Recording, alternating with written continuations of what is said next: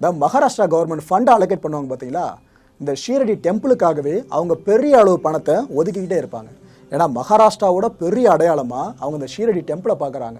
இதில் புரிஞ்சிருக்கும் அரசோ எந்த அளவுக்கு ஷீரடி சாய்பாபா கோயிலுக்கு முக்கியத்துவம் கொடுக்குதுன்னு சொல்லிட்டு. இந்த ஷீரடி கோயிலுக்கு போயிட்டு வந்தவங்களுக்கு தெரியும், அங்கே ஆக்சுவலாக ஷீரடி ஸ்ரீ சமாதி மந்திர் ஒன்று இருக்குங்க. இங்கே தான் சாய்பாபா அவர்கள் சமாதி அடைஞ்சிருந்தார்.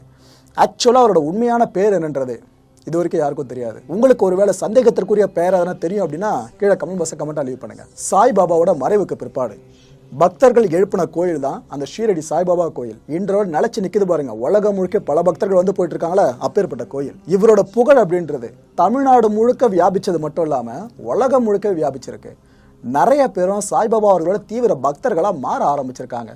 ஆக்சுவலாக பாஸ்ட் டென்ஸை சொல்லி முடிச்சிட முடியாதுங்க, மாறினாங்கன்னு இப்போ வரைக்கும் மாறிக்கிட்டு இருக்காங்க. அதுதான் ஃபேக்ட். இவரை பற்றி படங்கள் வர்றதா இருக்கட்டும், இந்த தொலைக்காட்சி தொடர்கள் எடுக்கிறதா இருக்கட்டும், நிறைய இது போல படைப்பு